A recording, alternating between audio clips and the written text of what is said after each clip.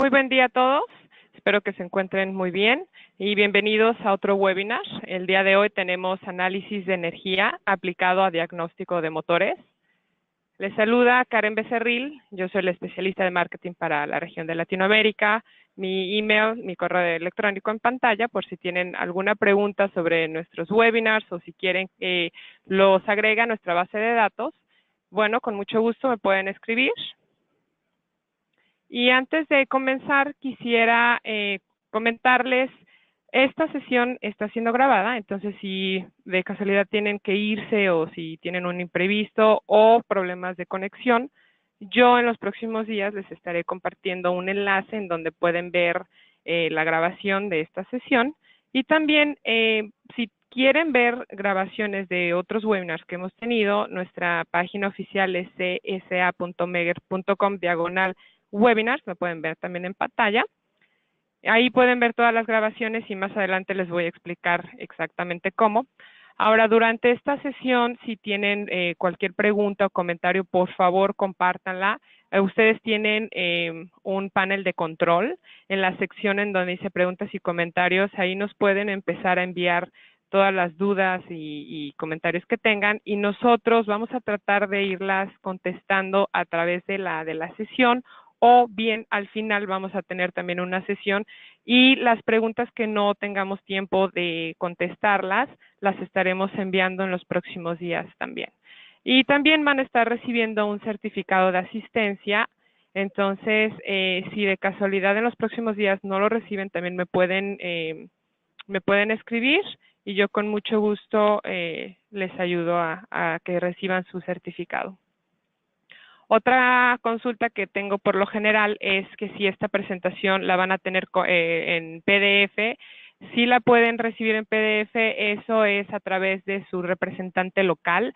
Si no saben quién es el representante de su país, igual nos pueden escribir y ellos les pueden asistir con esta solicitud. Bueno, ahora sí, uno de nuestros presentadores del día de hoy es el gerente regional para el área de Mercosur, Roberto Sartori, que también pueden ver su correo electrónico en pantalla y creo que él ya está listo. Muy buen día, Roberto, ¿cómo estás? Buen día, Karen, ¿cómo estás? Saludo a toda la audiencia. Un placer estar nuevamente compartiendo información técnica. Les recordamos que este tipo de webinars está orientado a hacer un poco de docencia y hacer una especie de foro de consultas técnicas donde podamos compartir información más allá de presentar de repente productos o técnicas de medición. Lo que nos interesa es que compartamos información de la aplicación. En este caso vamos a hablar sobre lo que es diagnóstico basado en análisis de energía en motores eléctricos. Queremos recordar a la gente que Megger es una empresa que tiene más de 100 años, que está trabajando en lo que es análisis de aislaciones. Si vemos la siguiente imagen. Vamos a ver que tenemos la presencia del ingeniero Carlos Berucci. Realmente nos complace mucho y es un gran honor tener realmente un investigador como es Carlos Berucci, que es una eminencia en lo que es motores. Nosotros en Megger tenemos muchísima experiencia en lo que es la prueba de los motores desde el punto de vista de la conductividad, de la aislación y otro tipo de ensayos, pero realmente cuando precisamos ir a un especialista como Carlos, realmente nos llena de orgullo. Ahí tienen una dirección de email donde van a poder consultarlo. Yo quisiera que ahora aprovechen y realicen las consultas que pueden hacer con el sistema de este webinar. Si por favor se pueden identificar de qué país son y que tomen nota de este mail porque la verdad que es una oportunidad muy especial tener a Carlos presente. Le comento que Carlos se ha formado como ingeniero electromecánico en la Universidad Nacional del Centro, ha obtenido su magíster en Ciencias de Ingeniería en la Universidad de Concepción de Chile y también ha realizado numerosos cursos de posgrado en varios países, principalmente en Chile, sobre accionamientos eléctricos, aplicaciones de inteligencia artificial, etc. Actualmente participa en investigación sobre máquinas rotantes, generación eólica, electromecánica, nanotecnología. Es docente, además, universitario en la Universidad del Centro. Le cuento que la UNICEN, o Universidad del Centro, para los que no conocen mucho Argentina, está casualmente en el centro de la provincia de Buenos Aires, en la ciudad de Olavarría, que es muy famosa por sus canteras de cemento. Hay grandes compañías que extraen cemento y que preparan cemento, donde obviamente utilizan inmensos motores eléctricos de gran potencia, de gran torque, y casualmente la Universidad del Centro y Carlos Berucci están constantemente haciendo investigaciones sobre ese tipo de motores, así que tienen vasta experiencia tanto desde el punto de vista teórico como práctico. El ingeniero Berucci también dicta cursos de posgrado a empresas privadas y a universidades sobre diseño, diagnóstico de máquinas rotantes. Por ejemplo, el año pasado ha participado de un simposio internacional en la ciudad de Manizales, de Colombia. Publica regularmente trabajos en revistas científicas y congresos como la IEEE, SIGRE y demás, principalmente sobre temas de máquinas rotantes y temas electromecánicos o energías renovables.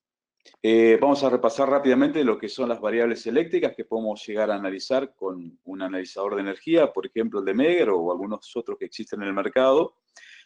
Vamos a hacer un repaso rápido con el ingeniero Berucci sobre lo que son los principales motores eléctricos, los típicos motores y sus partes.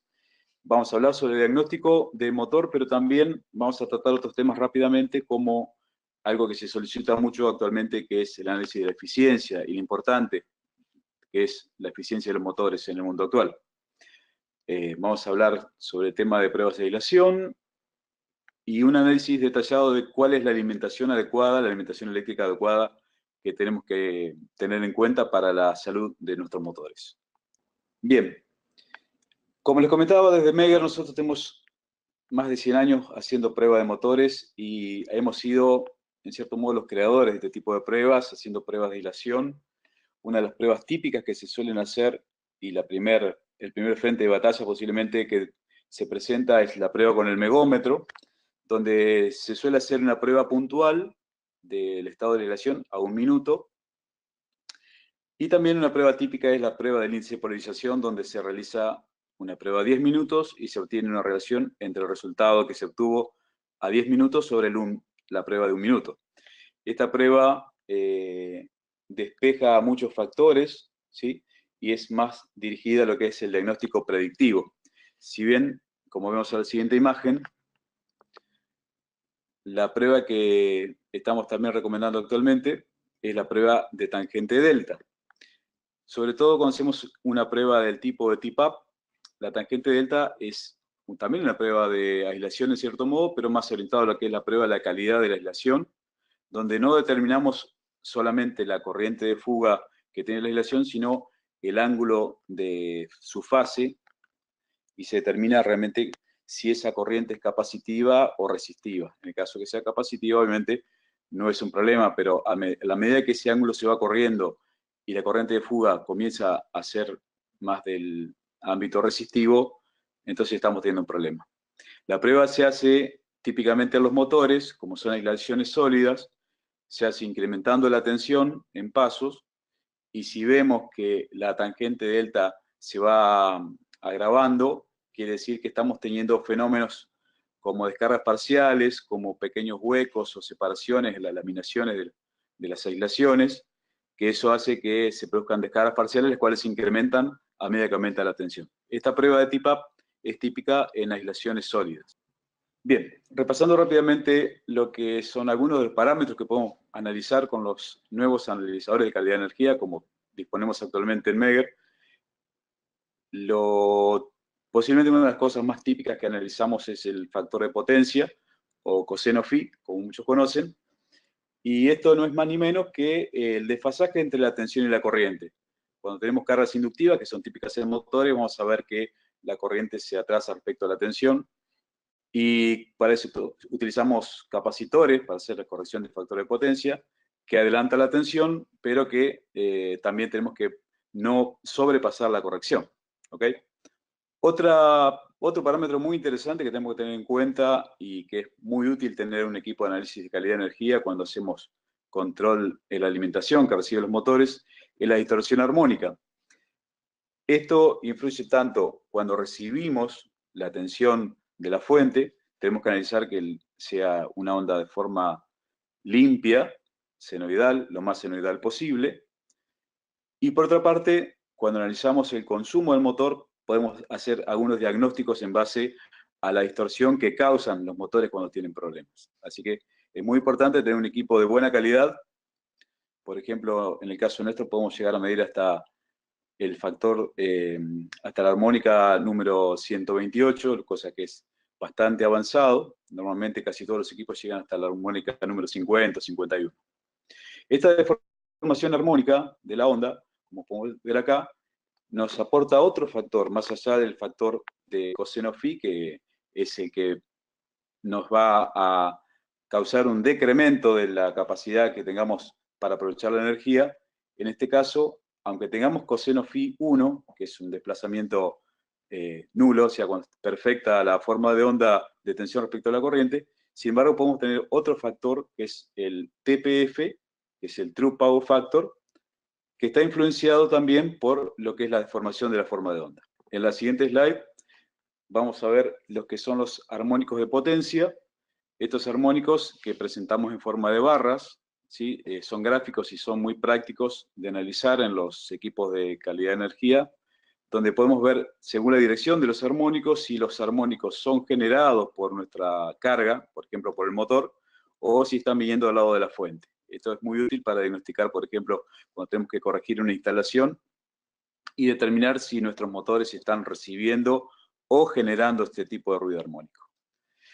Finalmente, con nuestros analizadores podemos hacer un registro, ya sea un registro histórico de larga duración, por ejemplo, de toda una semana o un mes o un día, y ver niveles de tensión y corriente según estamos recibiendo, o inclusive podemos estar causando una baja de tensión en nuestra instalación debido a que las instalaciones eléctricas no son suficientemente dimensionadas. En la siguiente slide podemos ver también eventos que se caracterizan según su duración. Posiblemente los que más afectan a nuestros motores sean los transitorios, como vemos a la izquierda, que son eventos de muy corta duración. Para eso también precisamos un analizador de mucha velocidad de muestreo, del orden, por ejemplo, de 1 microsegundo, como el caso de nuestros equipos, con los cuales podemos determinar este tipo de pequeños saltos de tensión o picos de tensión sobre la forma de onda que pueden afectar nuestras aislaciones. Ok, dicho esto, pasamos a la siguiente imagen, donde ya quedamos en manos del ingeniero Carlos Berucci, quien saludo. ¿Cómo estás, Carlos?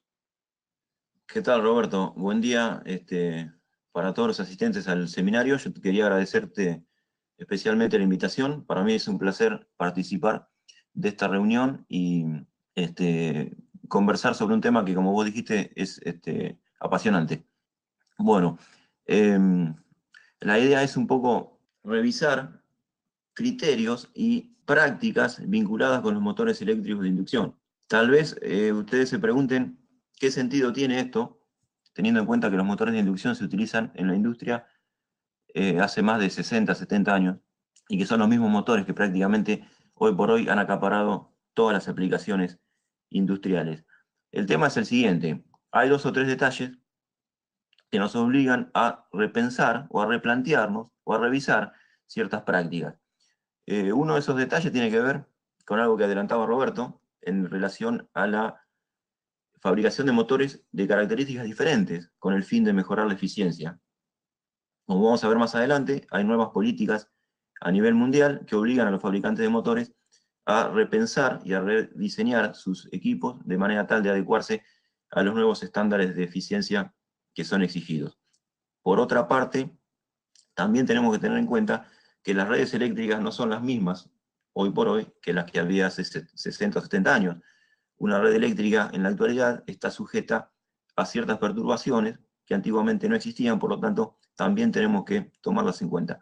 Y por último, no es menos importante el hecho de que existen en la actualidad adelantos tecnológicos que nos permiten contar con instrumentos de medición, con instrumentos de registro, con instrumentos de monitoreo de motores que son sumamente poderosos y que obviamente constituyen una herramienta que no podemos de ninguna manera descartar a la hora de llevar adelante nuestras prácticas de mantenimiento. Por todo eso, me parecía interesante replantearnos, como decía al principio, algunos detalles que tienen que ver con el cuidado y el mantenimiento de los motores eléctricos de inducción. Motores eléctricos que, como ustedes ven ahí, prácticamente acaparan el 50% del consumo de energía eléctrica en todo el mundo, ¿no? Estamos hablando de motores eléctricos industriales que tienen una gran importancia en el consumo de energía a nivel global. Voy a repasar, por favor, en la siguiente diapositiva, muy rápidamente, el principio de funcionamiento de estos motores, a pesar de que todos ustedes seguramente lo conocen, pero para ponernos en sintonía, digamos que un motor de inducción está constituido por dos grandes elementos, que son el estator y el rotor. En el estator tenemos devanados que están desplazados geométricamente 120 grados unos de otros, y en el rotor tenemos espiras o conductores puestos en cortocircuito. Vamos a ver que existen dos posibilidades, pero en líneas generales son espiras o barras que están cortocircuitadas en sus extremos. La alimentación a través de la red trifásica de los devanados de estator generan un campo magnético giratorio que va a ocasionar tensiones inducidas o fuerzas electromotrices inducidas en las barras que al estar en cortocircuito van a permitir la circulación de corrientes, y esas corrientes van a reaccionar con el campo magnético giratorio que la ocasionó. A partir de ahí se van a generar fuerzas sobre cada una de ellas que sumadas van a contribuir con el torque del motor, y eso va a permitir el giro de la máquina. Ese es un poco el modo en que funciona un motor de inducción. Pasemos, por favor, a la siguiente. Como decía antes, hay dos posibilidades en cuanto a los rotores de esta máquina. Está el más difundido y tradicional motor con rotor jaula de ardilla, que es un conjunto de barras puestas en cortocircuito que directamente están fundidas dentro del paquete de chapas magnético del rotor. Este tipo de máquinas, este tipo de rotor en especial es muy robusto, es muy fuerte, debido a que como no tiene sistema aislante, no se ve sometido generalmente a los esfuerzos térmicos a los cuales están sometidos los devanados convencionales con su sistema aislante incorporado. En la siguiente vamos a ver la otra posibilidad que existe en relación a los rotores, que son los rotores bobinados. En este caso sí hay un sistema de aislación en el rotor, debido a que en el rotor existen bobinas con características similares a las de estator. Este tipo de bobinado o de rotor permite incorporar resistencias auxiliares a través de los anillos rosantes, como vemos en la figura de la derecha, que se utilizan justamente para, como vemos en la ilustración, arranques pesados, es decir, para poner en marcha cargas que que involucren grandes masas, grandes inercias rotacionales, o para cargas que tengan que ponerse en movimiento ya con un cierto nivel de carga determinado. En ese caso, utilizaremos este tipo de motores con rotor bobinado. Vamos a empezar ahora en la siguiente diapositiva con un pequeño comentario así muy general respecto a lo que se llama diagnóstico o ensayos dinámicos en motores eléctricos. Tradicionalmente se han utilizado ensayos estáticos para verificar las condiciones de una máquina, para verificar las condiciones del sistema aislante de un motor, por ejemplo. Tal como mencionaba Roberto, las pruebas tradicionales, además del megado, son la medición del índice de polarización, la medición de la tangente delta, descargas parciales, etcétera, etcétera. Esas técnicas, que son muy útiles y se siguen usando, obviamente, últimamente han sido complementadas con lo que se llama ensayo dinámico. El ensayo dinámico sería, a diferencia de los anteriores, un ensayo que se realiza con el motor en servicio, es decir, sin interferir con el funcionamiento normal de ese motor. Consisten básicamente en tomar una muestra de unos pocos segundos sobre las variables que afectan al motor, tensiones, corrientes, y hacer distintos análisis con esos registros temporales de esas variables. En este ejemplo que yo quería mostrar, vemos a la izquierda, arriba, el oscilograma de la corriente de estator de una fase del motor. Son unos pocos ciclos que se toman, y abajo vemos lo que se llama la respuesta en frecuencia, o sería la corriente de estator visto en función de la frecuencia. Es una gráfica que se desarrolla a partir de la teoría de la serie de Fourier, y que me permite descomponer a la onda original en una sucesión de componentes armónicas. En este ejemplo que yo les quería compartir, vemos que en una medición aparecieron alrededor de la frecuencia fundamental, que es 50 Hz en este caso, lo que nosotros llamamos bandas laterales. Son dos componentes armónicas que se ven ahí en el zoom, que están equidistantes de la componente fundamental, y que en la medición anterior, en el registro anterior, esto generalmente se hace cada 1 o 2 meses, esas componentes no estaban presentes, con lo cual su aparición constituye una señal de alarma.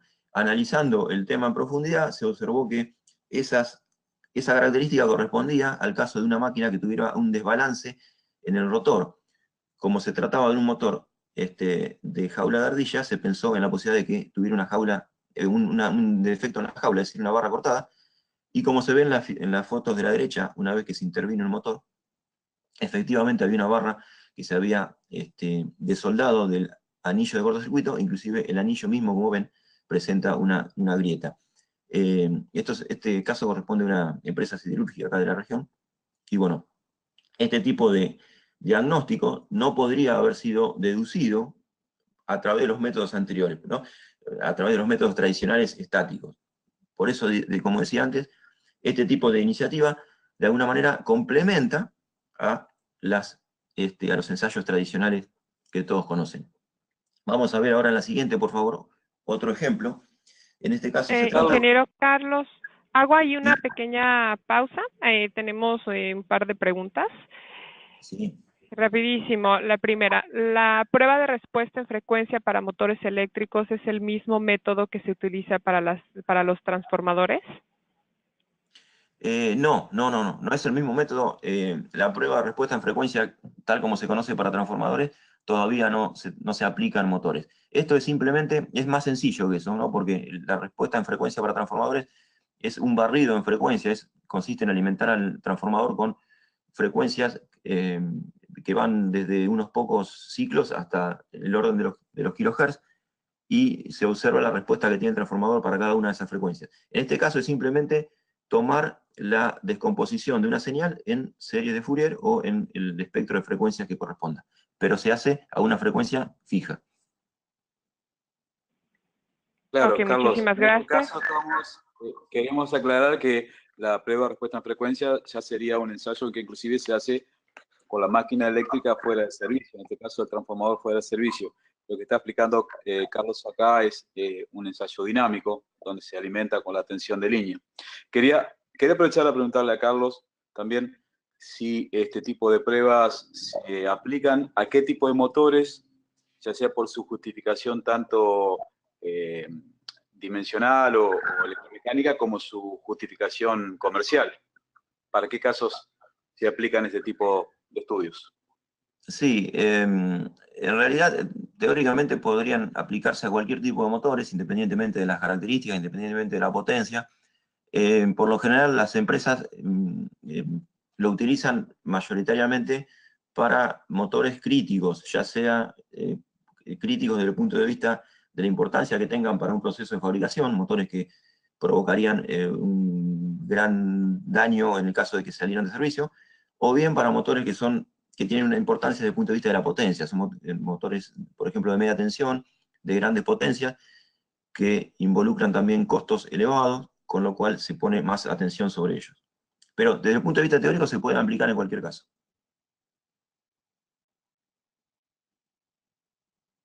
Ok, bueno, tenemos una pregunta más, antes de comenzar. ¿Cómo determino que es una falla de barras rotas y no que es un problema de diseño del motor? Sí, en principio el tema del diseño del motor yo lo descarto porque estoy haciendo comparaciones, estoy haciendo una especie de historial. Entonces, si yo tomo una primera, cuando el motor recién es instalado, digamos, yo tomo una primera muestra, hago un primer ensayo, a eso se le llama la firma de corriente del motor. Entonces ya tengo una foto, digamos, del motor en su estado original, y después voy comparando respecto a esa. Busco modificaciones en relación a ese ensayo original, que sería con el motor en estado, digamos, en buen estado. ¿Cómo relaciono esas frecuencias con la falla? Bueno, hay todo un estudio teórico que permite demostrar que justamente cuando hay un desbalance en el rotor, desbalance eléctrico en el rotor me refiero, aparecen esas bandas laterales que se sitúan a la frecuencia de red más o menos 2 veces el deslizamiento del motor. Es decir, la distancia que hay entre la componente fundamental hacia la banda de la derecha y hacia la banda de la izquierda es la misma y es igual a 2 veces el deslizamiento que presenta el motor en ese caso. Por eso es que en cuanto más cargado esté el motor, esas bandas laterales van a ir corriéndose, van a ir abriéndose. Para verificarlo, es bueno tomar la velocidad del motor, calcular el deslizamiento y verificar que las frecuencias de las bandas laterales coincidan exactamente con el valor que dice la teoría, digamos. Carlos, una pregunta más. ¿Sí? ¿Qué tanto influye, por ejemplo, si el motor está conectado a un sistema de engranajes o otro tipo de mecanismos que puedan causar frecuencias, digamos, frecuencias armónicas o no armónicas, pero más bien que sean ruidos de origen electromecánico y que puedan causar solicitudes a ciertas frecuencias? ¿Podrían afectar también o enmascarar este análisis? Sí, podrían, no, enmascarar no, porque generalmente esas frecuencias aparecen en a otros valores, pero es cierto que tanto lo que es la cadena cinemática, incluido un posible reductor de velocidad, como la carga misma, inciden también en los armónicos que aparecen en la corriente o en la potencia del motor. Por eso es que no solamente estas técnicas permiten encontrar o diagnosticar fallas dentro del motor, sino, esto es todavía más novedoso y se está estudiando, también es posible encontrar o detectar fallas más allá del motor, justamente, por ejemplo, como en el ejemplo que vos mencionabas, en un diente de un engranaje de una caja reductora, o bien inclusive hemos llegado a detectar desalineación en un acople, supongamos un acople flexible que está desalineado, y también algún inconveniente en la carga también puede verse reflejado en ese espectro de frecuencias, insisto, de alguna de las variables, porque no siempre se trabaja con la corriente. A veces es una estimación del torque, también se puede trabajar con la potencia activa. Digamos, hay distintas herramientas para ir haciendo ese monitoreo. Pero en general se trabaja por comparación, ¿no? Si el ensayo se hace cada 2 meses, se van superponiendo las curvas y lo que se busca es encontrar cuando aparece una variante. Cuando aparece un cambio, ahí se pone el foco del análisis y se trata de deducir Carlos, se te fue un poquito a qué el se debe audio. esa normalidad. No usemos sí. Carlos, sí, puedes repetir lo último porque se te fue un poco el audio, por favor. Acá también se perdió, pero sí, por si puedo repetir. Sí, decía que, bueno, no siempre se trabaja con la corriente de estator, como vemos en este ejemplo. Muchas veces se hace a través de la medición de los voltajes y corrientes, se hace una estimación del torque eléctrico transmitido por el motor, y también esa variable es de interés y a partir de ella se pueden deducir fallas, y también muchas veces se utiliza la potencia activa que está tomando el motor. Son distintas herramientas que en conjunto permiten observar fallas. Pero lo que decía por ahí al final era que lo útil de estos métodos está en la repetición de las mediciones, es decir, son ensayos que se hacen cada cierto tiempo y se busca diferencias en el historial, o sea, se van comparando las distintas curvas, se superponen las curvas, los espectros de frecuencia de la medición actual con la medición de 2 meses atrás, por ejemplo, y ahí es donde se buscan irregularidades. Y como dije también, esas irregularidades o esas diferencias se pueden deber no solo a una falla dentro del motor, sino también en la cadena cinemática, en el reductor, en un acople, en la carga misma. Bueno, estaba comentando entonces el otro ejemplo que quería compartir con ustedes en relación al diagnóstico de máquinas a través de métodos online. Esto que ven acá en la figura, en la foto, es un motor, atrás se ve un motor de 6,6 kV de tensión, de una potencia nominal de 5,4 megawatts. Es un motor que tiene corrientes nominales de 500 amperes aproximadamente, y que mueve un molino de cemento, el cual es una carga pesada, como decíamos al principio, una carga de gran inercia.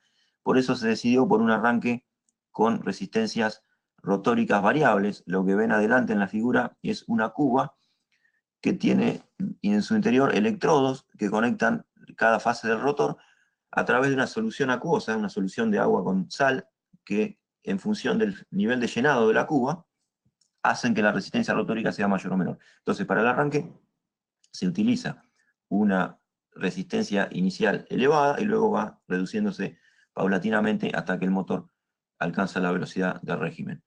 Ahí vamos a ver que en uno de estos ensayos de monitoreo durante el arranque se observó también una anormalidad. Si ustedes observan, aproximadamente después de los 45 segundos, en el transitorio de arranque, lo que se ven ahí son las 3 corrientes de estator, se observa un pico de corriente importante.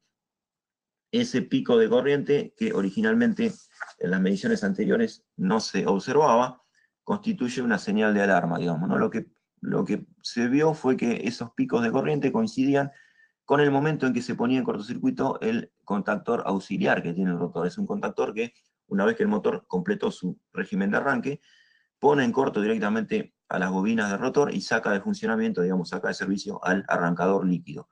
En base a este registro de corrientes, se hizo una estimación de la velocidad del motor. Como ven ahí, el rotor fue incrementando su velocidad paulatinamente. Se trata de una máquina de 6 polos, la velocidad debía llegar a algo menos de 1000 RPM, pero sin embargo vemos que después de cierto tiempo la velocidad deja de crecer y se estabiliza a una velocidad que está bastante por debajo de la nominal, a una velocidad que está alrededor de 900 RPM, con un deslizamiento muy elevado para este tipo de máquina. Evidentemente eso constituye una deficiencia, digamos, en el arranque. Cuando se pone en cortocircuito el contactor auxiliar, como decíamos, el motor se ve obligado a tener que dar un salto de velocidad importante, y eso es lo que ocasiona esos picos de corriente que veíamos en la imagen anterior. Investigando un poco las razones de esta anormalidad, se descubrió que lo que ocurría fue lo siguiente, ¿no? La solución acuosa había perdido concentración de sal, justamente porque le habían agregado agua destilada y no habían verificado que la concentración de sal fuera la correcta, entonces había quedado con mayor resistencia que la que había sido prevista, digamos, por el fabricante del motor.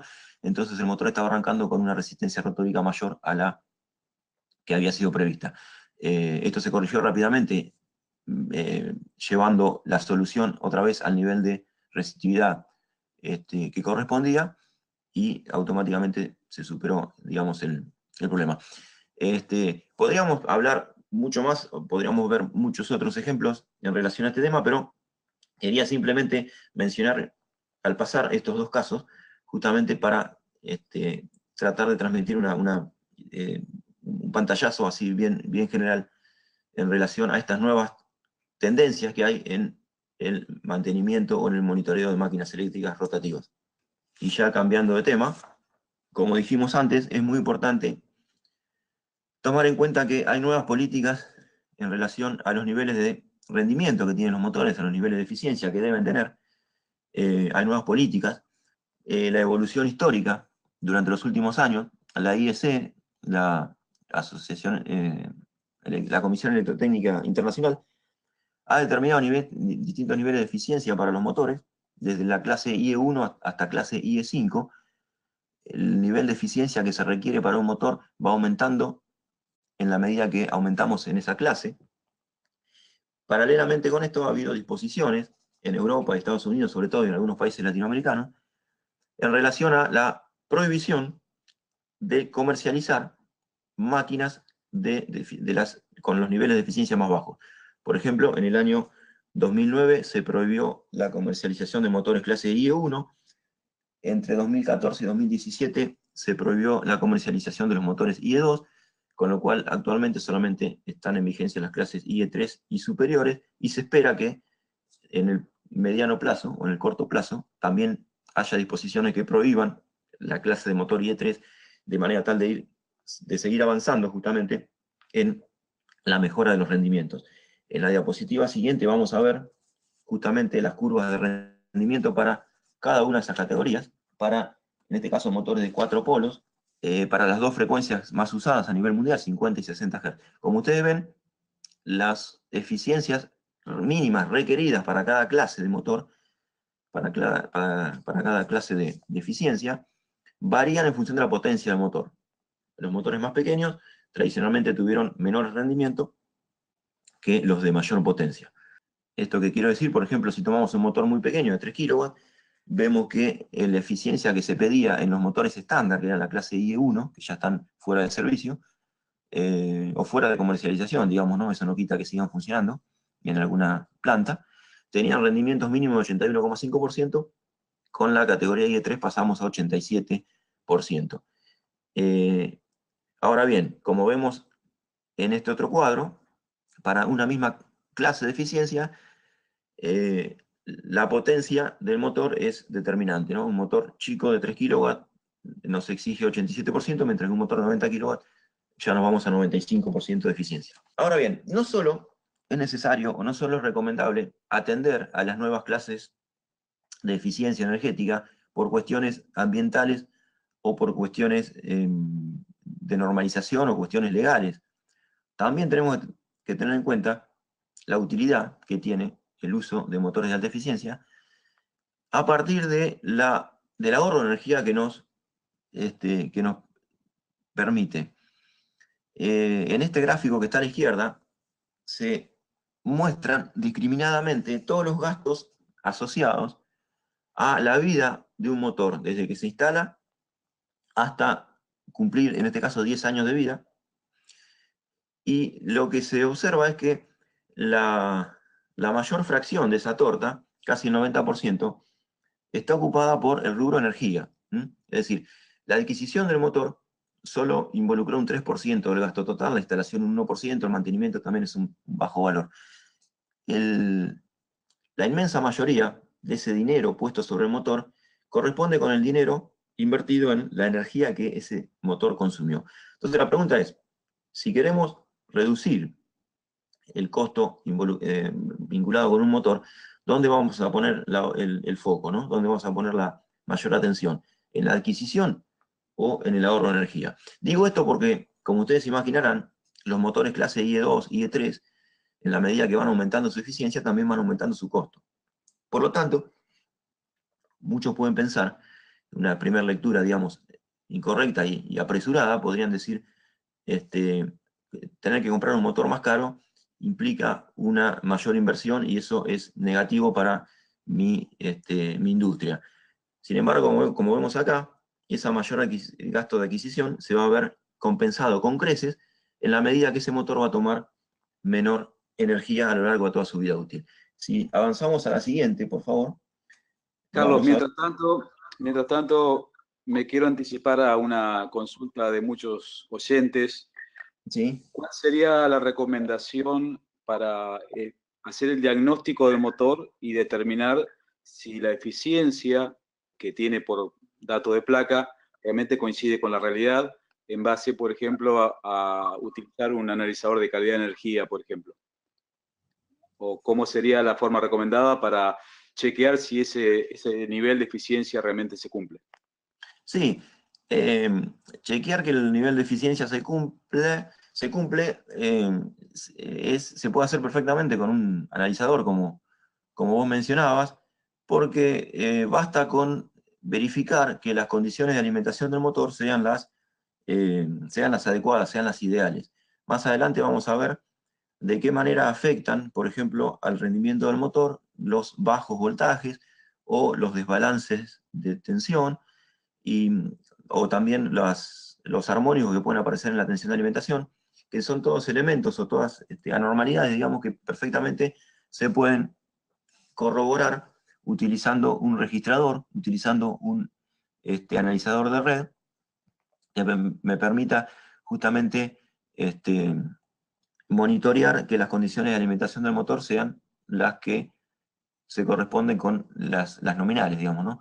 Entonces, es buena pregunta en el sentido de cómo llevar a la práctica, digamos, esta idea, cómo garantizar que si hemos adquirido un motor de alta eficiencia, realmente ese motor esté funcionando con el consumo de energía que corresponde, ¿no?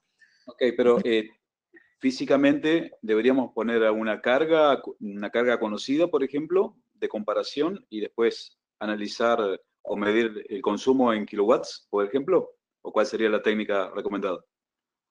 Sí, sí, exactamente. Sería básicamente eso, ¿no? Medir el consumo de energía con el motor en carga normal y, bueno, verificar con los datos de rendimiento del motor que esa energía consumida no esté por encima de digamos que la potencia tomada por el motor no esté por encima de la que corresponde según el nivel de eficiencia que tiene justamente en la chapa del motor, el nivel de eficiencia que tiene indicado en la placa del motor. Eso sería lo primordial. Corroborar que la potencia que toma el motor es la que se corresponde a la clase de rendimiento que tiene. No sé si esto responde, Roberto. Sí, sí, básicamente la pregunta va por el tipo de carga, o sea, si se prueba, la tiene que probar en vacío o con una carga conocida, y esa carga de cuánto, cómo se determina esa carga conocida, por ejemplo, para dar que el equipo realmente, que el motor llegue a su plena carga o media carga, no sé cuál es la técnica adecuada. Y la otra pregunta que quería hacerte es si durante la vida del motor es normal que vaya perdiendo eficiencia, y si eso es otro parámetro que habría que controlar. Sí, respecto a la primera consulta, hay un estándar de la IEEE justamente que ofrece alrededor de 6 o 7 métodos distintos para estimar la eficiencia del motor, y la diferencia entre cada uno de esos métodos radica justamente en el equipamiento o las condiciones que disponga justamente para hacerlo, ¿no? El método más eficiente para medir el rendimiento del motor, obviamente, es llevarlo al freno, ¿no? Ponerlo en un freno y medir potencia de salida. Pero obviamente eso no se puede hacer en una planta, no se puede hacer tampoco de manera sencilla. Entonces, ese estándar de IEEE, que si mal no recuerdo es el 112, lo que ofrece es, a través de otras pruebas más sencillas, hacer una estimación de la eficiencia. Entonces, por ejemplo, una prueba relativamente sencilla es tomar el motor, hacer un ensayo en vacío y después tomar en la situación de arranque, que sería con el rotor bloqueado, y en base a esos dos ensayos, que eso sí se pueden hacer en planta, en base a un procedimiento que ya está normalizado, se puede estimar la eficiencia del motor y comprobar que esté dentro de lo previsto. En relación a la otra consulta, no debería verse afectado el rendimiento del motor a partir de sus horas de funcionamiento. El rendimiento debería mantenerse. Lo que sí es importante tener en cuenta es que cada vez que un motor es rebobinado, ahí sí tiene una mínima pérdida de rendimiento, aproximadamente, bueno, se estima que es del 1%. Es decir, cada vez que el motor va al taller y es rebobinado, es de esperar que cuando lo volvamos a conectar tenga un rendimiento algo menor. Eso se debe a que cuando se quitan las bobinas y demás, se interfiere en el paquete de chapas, van a aparecer probablemente mayores pérdidas en el hierro, etcétera, etcétera. Pero si no se tiene en cuenta esa instancia de rebobinado, el rendimiento debería permanecer constante a lo largo de toda la vida útil del motor. Ok, quería comentar un poco a la audiencia que, como dije al principio, esta es una primera presentación del ingeniero Berucci.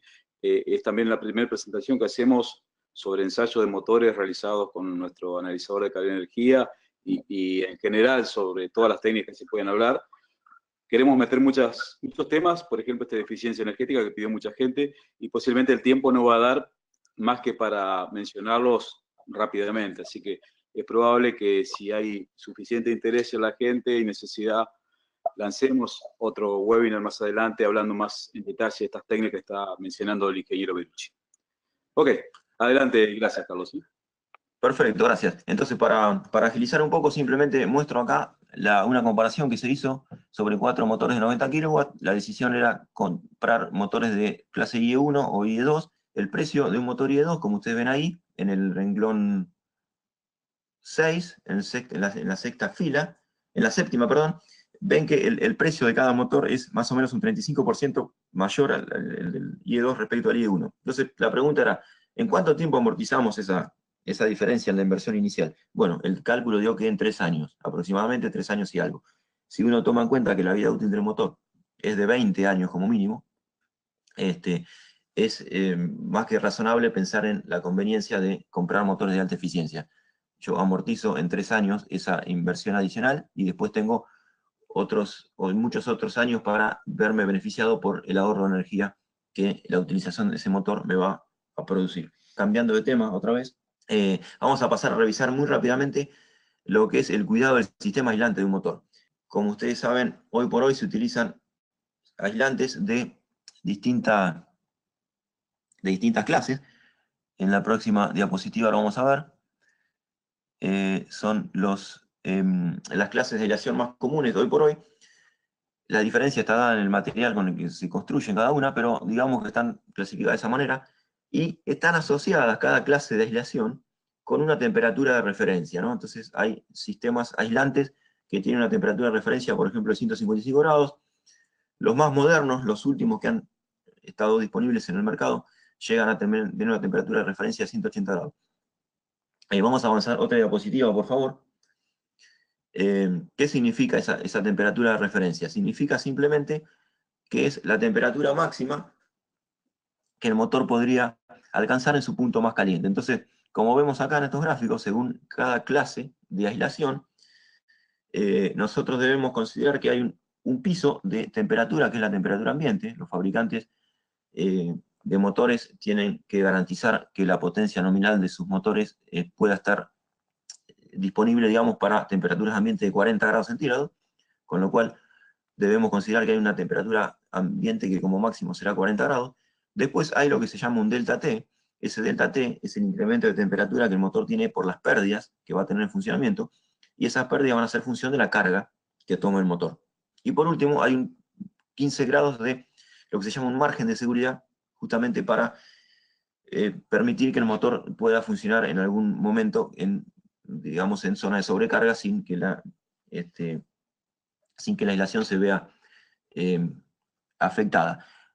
Pasemos a la siguiente, por favor. Lo que quiero resaltar acá es la importancia crucial o la relación sumamente vital que hay entre justamente temperatura de funcionamiento de un motor y vida útil esperada.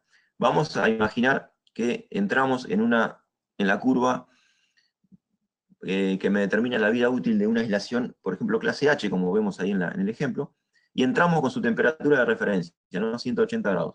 Vemos que la vida útil esperada es de 20.000 horas. Ahora, ¿qué ocurriría si subimos nada más que 10 grados la temperatura y nos vamos a 190 grados? Como ven ahí, la vida útil esperada es de 10.000 horas, es decir, se redujo a la mitad. Esto es lo que comúnmente se llama la famosa regla de los 10 grados, ¿no? Que me dice que por cada 10 grados de temperatura que yo aumente por cada 10 grados que aumente la temperatura de un sistema aislante, de un motor, la vida útil se divide por 2. Entonces, ahora viene justamente la importancia que tiene lo que decíamos al principio, ¿no? El control y la verificación permanente, periódicamente, de el modo en que estamos alimentando nuestros motores. Vamos a suponer que tenemos un motor de 100 HP que funciona normalmente con una temperatura de trabajo de 104 grados, ¿no? Tiene una aislación clase B. Supongamos que funcionara, por la razón que fuera, con una sobrecarga de 15%. Una sobrecarga de 15% implica una sobrecorriente de 15%.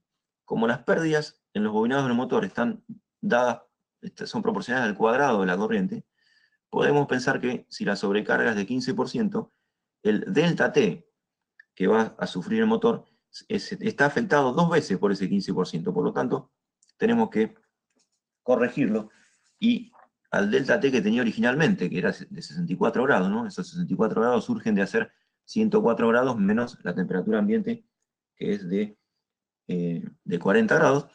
Ese delta T se va a ver afectado por 1,15 al cuadrado, es decir, va a alcanzar 85 grados. Entonces, veamos ahora en la siguiente diapositiva, hagamos una comparación entre las dos situaciones, ¿no? La situación de alimentación normal y la situación de alimentación con la nueva temperatura. En condiciones normales, ese motor llegaba a 104 grados y tenía una expectativa de vida de 100.000 horas. Con la nueva temperatura producto de la sobrecarga, una temperatura que va a ser de 85 grados más 40, es decir, 125 grados, la vida útil se ve reducida a menos de 1/3 de la esperada.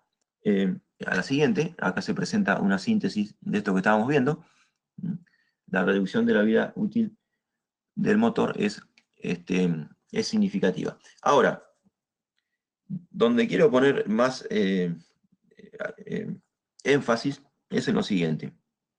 Todos sabemos que una situación de sobrecarga en un motor es fácilmente detectada por los elementos de protección habituales que tiene un motor, el relé de sobrecorriente o el guardamotor o lo que fuera, ¿no?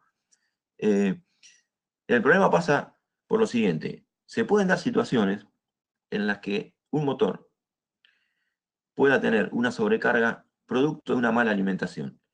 En ese caso, esos elementos de protección convencionales no van a ser capaces de detectar la normalidad y el motor va a funcionar indefinidamente en una especie de sobrecarga que va a reducir sensiblemente su vida útil.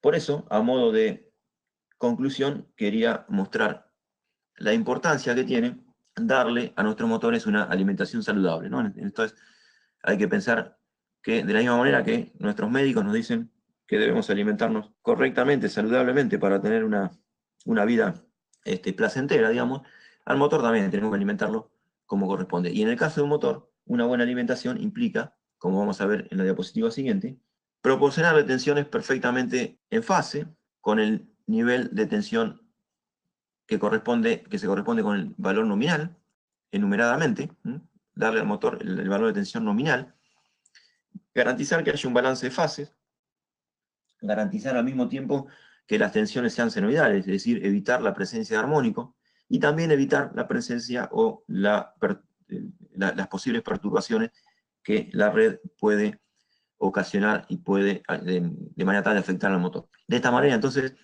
resumiendo esta primera parte, decimos simplemente que queremos resaltar la importancia que tiene alimentar adecuadamente a un motor. Y ahora sí, paso a Roberto. Sí, Carlos, muchas gracias. Realmente vemos que hay toda una batería de pruebas, ¿sí? Como hacemos y recomendamos habitualmente, por ejemplo, para otras máquinas como transformadores. No una simple prueba puede ser determinante. Muchas veces se precisa hacer más de una prueba, a veces se requiere más de un equipo, más de una técnica para llegar a una conclusión, a un análisis. Quería mencionar, por ejemplo, algo que hemos visto en un webinar anterior, que hablamos sobre mediciones de bajas resistencias. También es muy importante, una de las pruebas que se hacen cuando el motor fuera de servicio es medir por un miliómetro y con el método de las puntas Kelvin, con las cuales se puede medir perfectamente sin caída de resistencia por las puntas de prueba. Se mide con mucha precisión y se pueden comparar las fases para ver el equilibrio que tienen en cuanto a su conductividad, a su nivel de cobre, digamos, en el bobinado, para asegurar que todas las bobinas están perfectamente iguales. Resaltamos también las pruebas que venimos haciendo, como megado, tangente delta. También podemos hacer pruebas con mayor tensión a la nominal, mediante equipos de tensión como los HiPods. Pero todas estas pruebas se hacen normalmente con el motor fuera de servicio. Cuando estamos hablando de estas pruebas que recomienda el ingeniero Berucci, realmente precisamos un equipo que haga un análisis de la energía y de los niveles de tensión en forma muy rápida. Es interesante lo que mencionabas de los transitorios, porque sobre todo los transitorios de alta tensión, no sé si Carlos querés agregar algo más sobre esto, pero entiendo que son bastante perjudiciales para las aislaciones, ¿no? Sí, efectivamente. Los transitorios de alta frecuencia suelen afectar al sistema aislante y también en ciertos casos pueden perjudicar a los rodamientos. Hay casos, por ejemplo, de máquinas alimentadas por variadores de frecuencia que ocasionan corrientes de fuga que se derivan por los rodamientos de la máquina y pueden provocar un pequeño arco de ruptura sobre la lubricante del rodamiento. Eso con el tiempo va erosionando a la pista de rodamiento y puede provocar una reducción muy significativa en la vida útil en este caso del rodamiento y por en consecuencia obviamente del motor. Así que es tal como vos afirmabas, ese tipo de perturbaciones también afecta significativamente al motor. Ok, Karen, entiendo que tienes una encuesta para los oyentes, ¿sí? Claro que sí. Gracias, Roberto y Carlos. Bueno, vamos a tomar unos segundos para poder lanzar esta pequeña encuesta. Dice, en su actividad, ¿realiza usted alguna prueba a motores o sus instalaciones? Las opciones ninguna, pruebas básicas, aislación, continuidad o tensión, o diagnósticos avanzados, ya sea energía, ensayos estáticos o dinámicos. Y por favor nos apoyan a contestar esta pequeña encuesta. Entonces vamos a dar unos segundos para que puedan todos participar. Entendemos que muchos de los oyentes de repente no es gente que está trabajando en campo o que sea gente de servicios. Por ahí tenemos la presencia de muchos estudiantes, a los cuales también damos la bienvenida, gente del área comercial, así que no hay problema que pongan ninguna, no se sientan mal por eso, porque realmente no todo el mundo está en campo haciendo mediciones todo el tiempo. Sin embargo, de las personas que hagan pruebas, ya sea porque trabajan en empresas de servicios o porque son dueños de sus propias instalaciones, entendemos que muchos pueden hacer sus pruebas básicas como equipos portátiles o equipos más avanzados, y eso nos da un parámetro de cómo estamos con nuestra audiencia, ¿sí? Ok, perfecto. Bueno, ya tenemos la mayoría. Entonces vamos a compartir. Estos fueron los resultados. Sí, quería compartir un poco con Carlos y creo que es lo que esperábamos. De repente que la mayoría de nuestra audiencia realiza pruebas, hace sus pruebas porque posiblemente tiene un megómetro, que es la primera herramienta de batalla, y posiblemente un multímetro y algún equipo para medir bajas resistencias, ¿sí?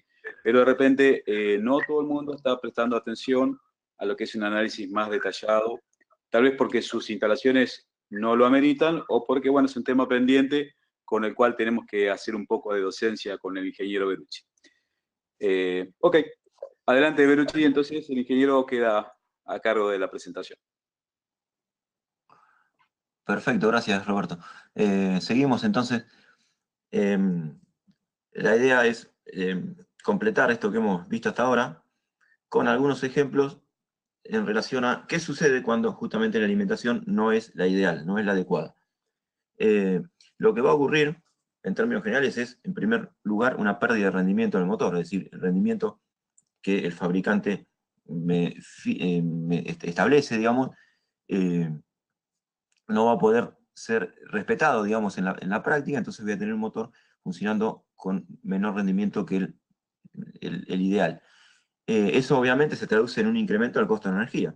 O sea, perdón, está mal puesto ahí, ¿no? No es un incremento del costo de energía. Perdón, sí, es un incremento del costo de energía, ¿no? Es decir, voy a consumir más energía para una misma aplicación. Y por otro lado, pérdida de rendimiento significa que el motor tiene más pérdidas internas. Mayor nivel de pérdida dentro de un motor implica mayor temperatura. Y ya vimos que mayor temperatura tiene como consecuencia una reducción de la vida útil. Cuanto más alta sea la temperatura de funcionamiento del motor, más se va a reducir su vida útil. Entonces veamos rápidamente algún ejemplo. Por ejemplo, el caso de una alimentación defectuosa en relación al nivel de tensión. ¿Qué pasa cuando tengo un nivel de voltaje en bornes del motor ligeramente menor al nominal? Una situación que es muy común en establecimientos industriales, cualquiera seguramente lo ha podido comprobar. Imaginemos un motor de 90 kW que tiene una tensión nominal de 380 volts, como se ve en la columna central. A la derecha,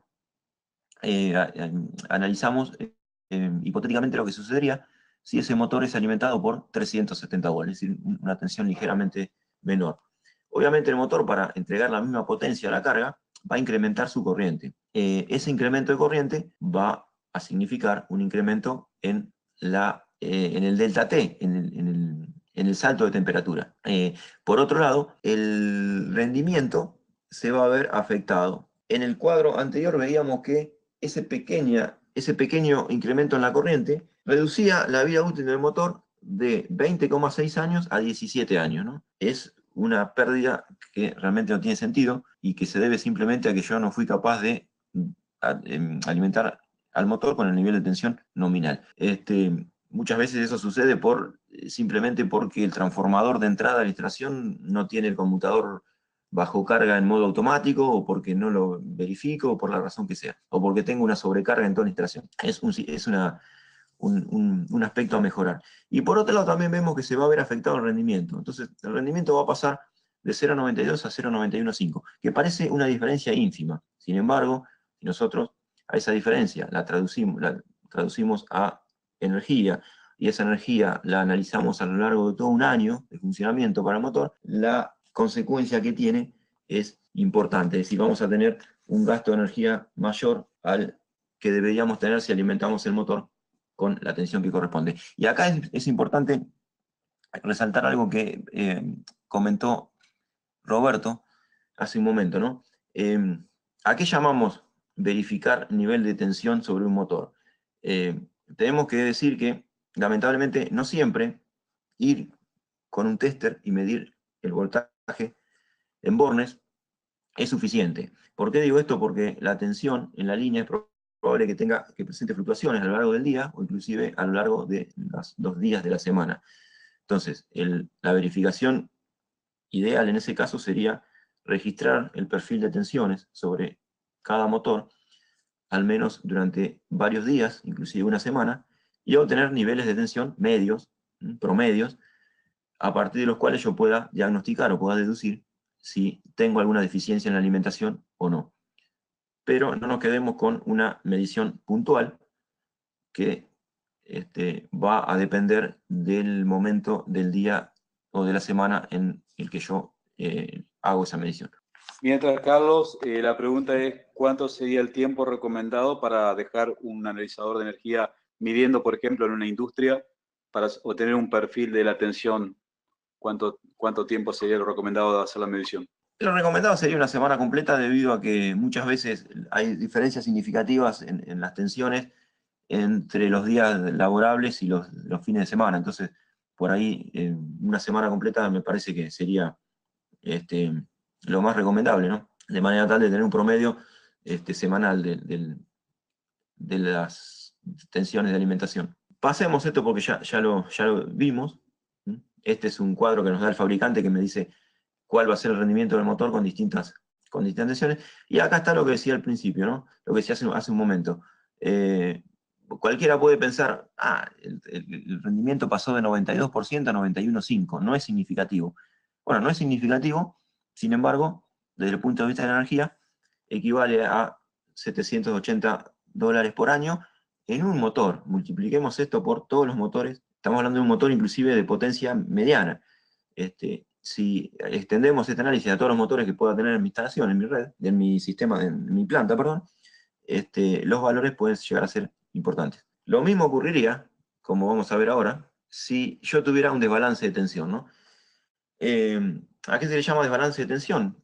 Desbalance de tensión es cuando las 3 fases no están exactamente en el mismo nivel de voltaje, sino que hay diferencias. A modo de ejemplo, podemos ver acá tensiones de línea en una red: 380 volt, 378, 365 volt. ¿Cómo se mide el desbalance? Se toman las dos tensiones más alejadas una de otra, en este caso 380 y 365 volt, y se las divide en relación a la tensión promedio. Esa relación, que en este caso me da 4%, es lo que se llama desbalance de tensión. Un desbalance de tensión implica muchas veces un desbalance de corriente mucho más pronunciado, mucho más significativo. Y las consecuencias sobre el motor pueden ser importantes. ¿Qué es lo que pasa ante un desbalance de tensión? Yo no sé si todos estarán familiarizados con la teoría de las componentes simétricas, pero lo que dice la teoría de las componentes simétricas es que un sistema desbalanceado se puede simular, digamos, a través de redes de secuencia. Un sistema desbalanceado, por lo tanto, podría ser pensado como un sistema de secuencia positiva, un sistema de secuencia directa y un sistema de secuencia inversa. Esto sobre el motor provocaría la presencia de dos campos giratorios: un campo giratorio principal girando en una dirección determinada y otro más pequeño girando en sentido contrario. Ese campo más pequeño girando en sentido contrario actuaría o haría las veces de una especie de freno o carga adicional que tendría que vencer el otro campo, el que gira en la dirección correcta. Entonces, esto obviamente deriva en una situación de sobrecarga para el motor que tenemos que evitar.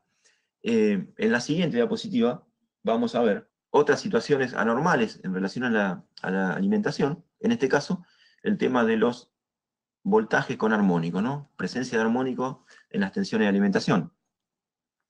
Esos armónicos me van a producir torques parásitos, es decir, torques que se van a superponer con el torque principal del motor, pero que son parásitos porque tienen valor medio nulo, entonces no contribuyen a la potencia de salida del motor, y por otro lado involucran corrientes en los devanados, también corrientes que podríamos llamar parásitas porque son corrientes que producen pérdidas, por lo tanto elevan la temperatura del bobinado, pero que no contribuyen con la conversión de energía, que no contribuyen con la potencia que el motor transfiere a la carga. Por lo tanto, es una situación que también hay que evitar y que deteriora el funcionamiento del motor. Recientemente han aparecido normativas, por ejemplo esta de la NEMA o de la IEEE, normativas que me permiten corregir el factor de carga del motor a partir de las situaciones de anormalidad en la alimentación. ¿Qué entendemos o qué se entendió tradicionalmente por factor de carga de un motor? Factor de carga de un motor es la potencia de salida que tenga el motor efectivamente en una situación concreta referida a la potencia nominal del motor. Supongamos que la potencia de salida del motor es de un motor de 100 kW, sea 80 kW. Entonces, en ese caso, diríamos que nuestro motor funciona con un factor de carga de 0,8 o de 80%. Entonces, antiguamente nosotros sabíamos que si el factor de carga estaba por debajo de 100, el motor no estaba sobrecargado, estaba en funcionamiento normal. Lo que nos dicen estas normativas es que las situaciones de alimentación defectuosa, como por ejemplo el desbalance en este caso, incrementarían el factor de carga, aunque la potencia de salida no se altere.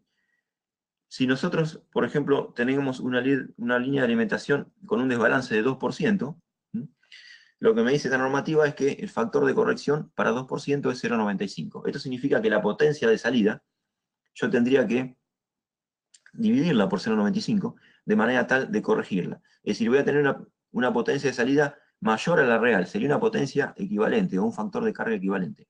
En la próxima diapositiva vamos a ver una curva semejante, pero para el caso de presencia de armónicos. También ante la presencia de armónicos vamos a tener factores de corrección.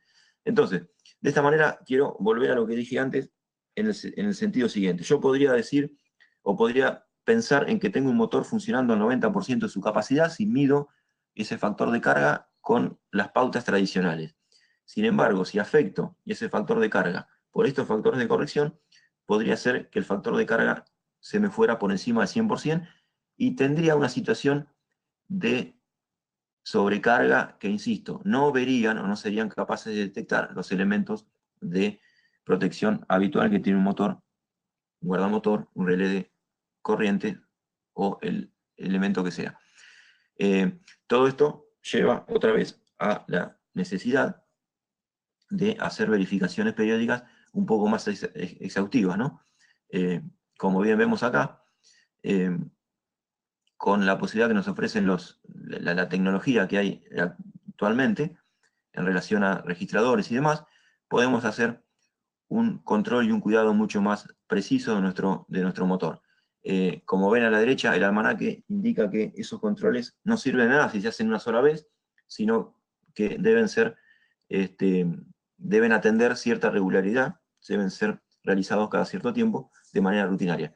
De esa manera yo puedo ahorrar energía, evitar fallas imprevistas, voy a extender la vida útil de un motor y en función de todo eso también puedo llegar a evitar fallas en otros equipos.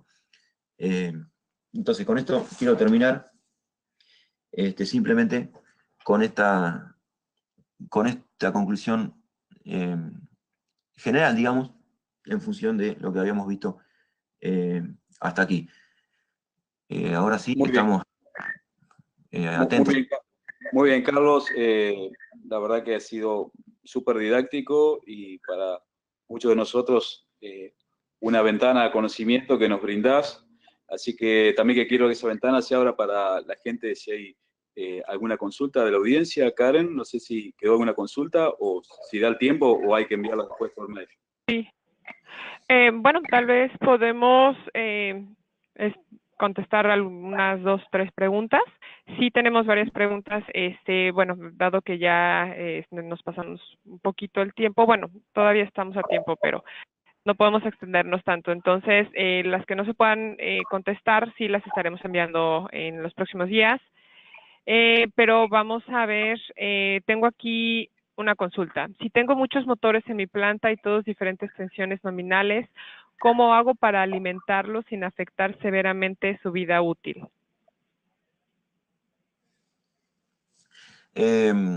Sí, bueno, en ese caso se supone que la instalación tendrá distintas líneas de tensión, justamente para alimentar a cada uno de esos motores. Supongo que se refiere la pregunta a niveles de tensión significativamente diferentes. Por ejemplo, motores de baja tensión, 180 volt, frente a motores de 3,3 kV o 6,6.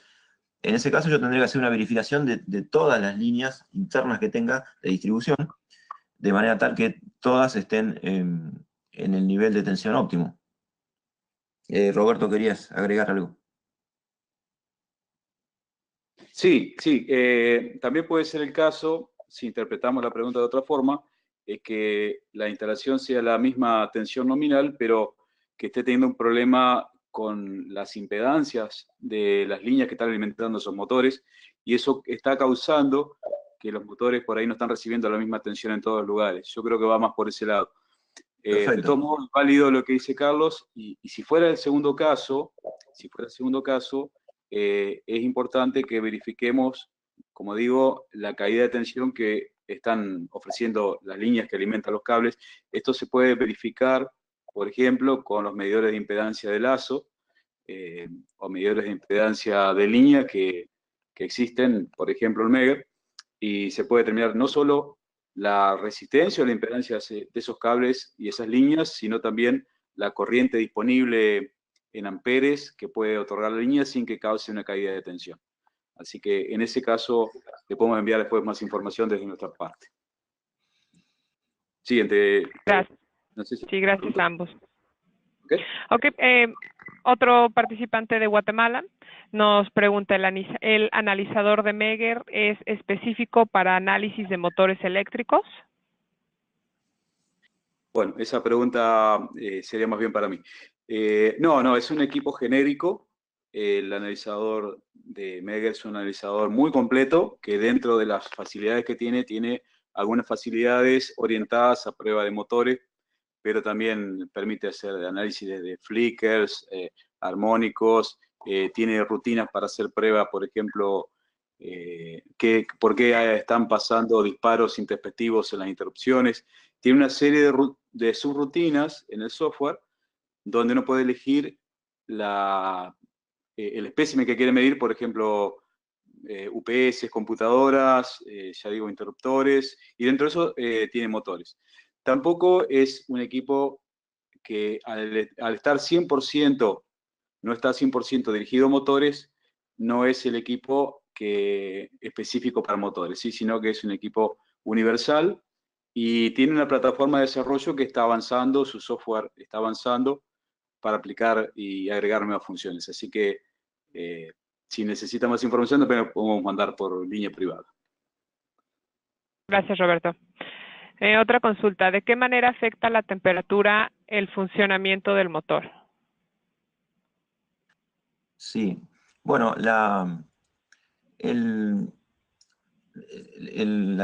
todo el sistema aislante del motor indefectiblemente atraviesa una etapa de envejecimiento. Todos los aislantes envejecen. ¿Qué significa envejecer? Significa que van perdiendo paulatinamente, a lo largo del tiempo, sus características dieléctricas. Van perdiendo capacidad de rigidez dieléctrica, van generando esos pequeños huecos. ¿Sí? Es inevitable que se vayan formando esos pequeños huecos de los cuales hablaba Roberto al principio, que constituyen o que abren la posibilidad a que se establezcan micro arcos muy pequeños, descargas muy pequeñas en el aislante, que a su vez aceleran ese envejecimiento. Entonces, el envejecimiento en aislante, digamos, es algo hoy por hoy inevitable en los aislantes sólidos, y que se va a dar indefectiblemente en todo motor. Está comprobado que ese envejecimiento se acelera en la medida en que la temperatura de trabajo aumenta. Es decir, a mayor temperatura, ese envejecimiento es más rápido, se da en mayor medida. Eso se debe a una cuestión, digamos, intrínseca de la materia y de los componentes que constituyen los sistemas aislantes que presentan ese comportamiento. Por eso es tan importante garantizar o poner límites a la temperatura de trabajo de un motor. Cuando hablamos de temperatura, siempre hay que tomar en cuenta que la temperatura del sistema aislante en un motor no es uniforme. Por eso se habla siempre de punto más caliente, ¿no? O de puntos de mayor temperatura, que serían los puntos críticos que presentan mayor probabilidad de verse afectados y, por lo tanto, de llevar al motor, arrastrar al motor a una situación de falla imprevista, ¿no? Que sería cuando ocurre lo que habitualmente llamamos se quema el motor, ¿no? El motor se quemó. Llega un cierto nivel de envejecimiento del aislante que le impiden mantener la rigidez dieléctrica. Es decir, el aislante, superado ese tiempo, deja de comportarse como tal y por lo tanto deja pasar corrientes de fuga que producen un efecto en cadena que termina con el deterioro completo del sistema aislante y del motor. Muchas gracias, Carlos. Otra consulta de un participante de México. ¿Cuáles serían los valores aceptables de porcentaje THD para considerar que la calidad de alimentación al motor es buena? Si vemos en la curva que, que se mostraba hace unos minutos atrás, esos factores de corrección que determina la norma NEMA, podemos ver que hasta 0,04, por ejemplo, prácticamente el factor de corrección es 1. Eso me estaría diciendo de alguna manera que hasta ese nivel de distorsión no sería riesgosa la situación del motor. A partir de ahí, como ven, la curva empieza a caer ya con otra... Podríamos ir, creo que es el slide número 55.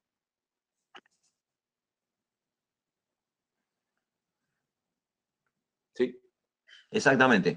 Lo que decía es, fíjense que el factor de corrección desciende significativamente por encima de 0,04, lo cual me está de alguna manera indirectamente diciendo que hasta ese nivel de distorsión prácticamente no tiene importancia.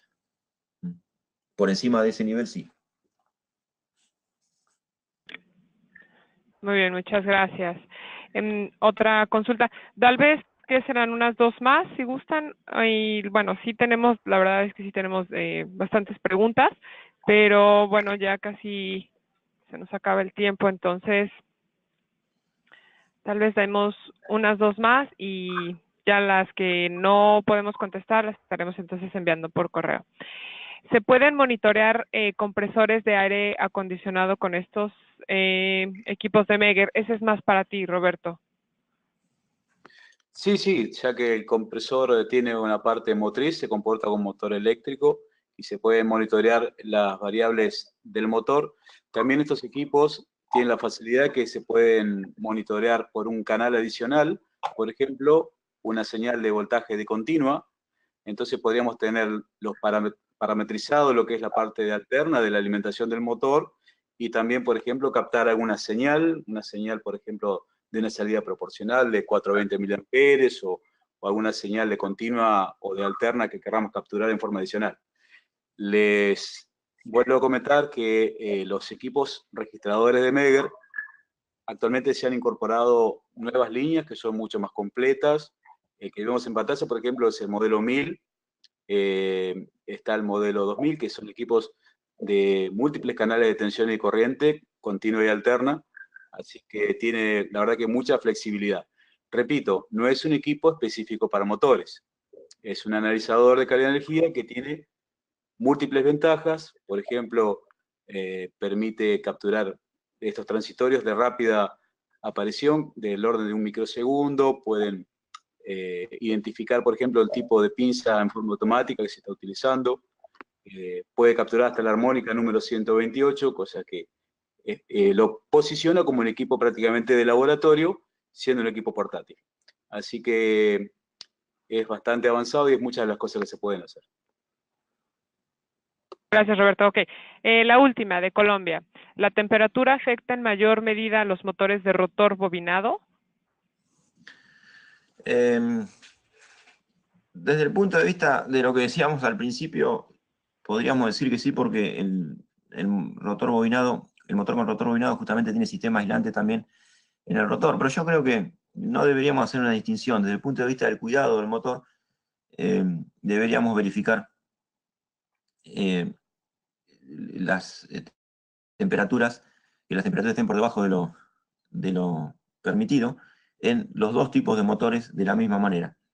Porque si bien la jaula de ardilla soporta cierta mayor temperatura, también tenemos que ser conscientes de que si hay un problema térmico en el rotor, va a haber una disipación de calor excesiva en ese rotor, y esa disipación de calor excesiva también va a afectar al estator, porque obviamente en la medida que ese calor empiece a transferirse al ambiente, va a elevar la temperatura del bobinado estator. Con lo cual yo diría que desde el punto de vista de la temperatura debemos ser del mismo modo cuidadosos en los dos tipos de motores. Ok, Karen, creo que ya no tenemos mucho tiempo, pero yo no quiero dejar finalizar este webinar sin comentarle a la audiencia que todos los temas relativos a ensayos de motores que les interese, que por favor nos envíen un email comentándonos cuáles son las expectativas o las necesidades o intereses, y en base a eso vamos a ver si elaboramos un próximo webinar, posiblemente con la asistencia del ingeniero Berucci. Entonces podemos avanzar más en detalle en algunos temas que más interesan. Antes de finalizar, quiero comentarles algo de la página de webinars y obviamente agradecer al ingeniero Carlos Berucci y a Roberto por la presentación. Rápidamente les quiero mostrar en pantalla, ven el formulario que tienen que llenar para ver las grabaciones a los webinars pasados. En la página es sa.megger.com/webinars. Aquí en la parte de arriba tienen todos los temas, solamente tienen que llenar la información y darle enviar, y ahí ya ven los videos de todas las presentaciones. Estos solamente son los videos. Repito, si ustedes requieren de la presentación en formato PDF, me pueden escribir a karen.becerril@megger.com o bien a el correo que aparece en pantalla, csasales@megger.com. Y también quisiera pedirles de favor que nos apoyen a contestar una pequeña encuesta de solamente 10 preguntas que se va a lanzar al finalizar este webinar. Esto es para que nosotros podamos saber un poquito más de ustedes, aprender un poquito más de los temas de su interés y también de cómo podemos seguir mejorando estas sesiones. Y eso es todo de mi parte. Que tengan muy buen día. Gracias. Y no sé si tengan algo más que agregar, Carlos o Roberto. No, solamente agradecer a la audiencia, a vos principalmente, Karen, por la asistencia en la presentación, y al ingeniero Carlos Berucci, que la verdad que ha sido muy didáctico, como lo decíamos, y desde ya lo convocamos para un próximo webinar. Sí, del mismo modo yo también agradezco a todos y, como decía Karen, quedamos a la expectativa para responder las preguntas que no hayan sido no pudimos responder en este momento. Claro que sí.